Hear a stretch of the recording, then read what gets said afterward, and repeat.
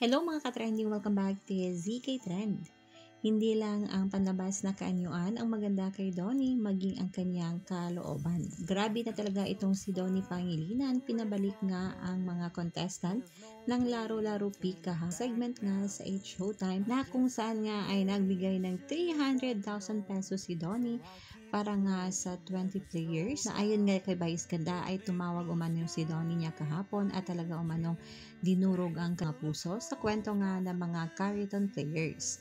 Kaya naman ay nagbigay kaagad si Donnie ng 300,000 pesos, tag 15,000 pesos each ang lahat nga ng 20 contestant. Marami nga ang syempre ang nagpapasalamat sa kabaitang taglay ni Donnie Pangilinan. Kaibigan natin na si Donnie Pangilinan. Tumawag talaga siya sa akin kahapon. Sabi niya, Vicey, sabi niya, durog ako. Nasa taping siya kahapon ng bago niyang teleserye sa Malayo, sa Pilipinas. Sabi niya, nadurog ako, hindi ko kaya yung episode kahapon. Si Donnie Pangilinan ay nagpadala sa akin ng 300,000 pesos.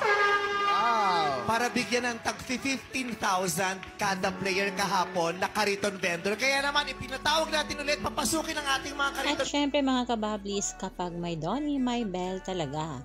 Sa naturang mga Carriton vendors ay may pangalan ngang Bell na kung saan maraming nagsasabi na hindi talaga mabubuwag itong ating Don Bell.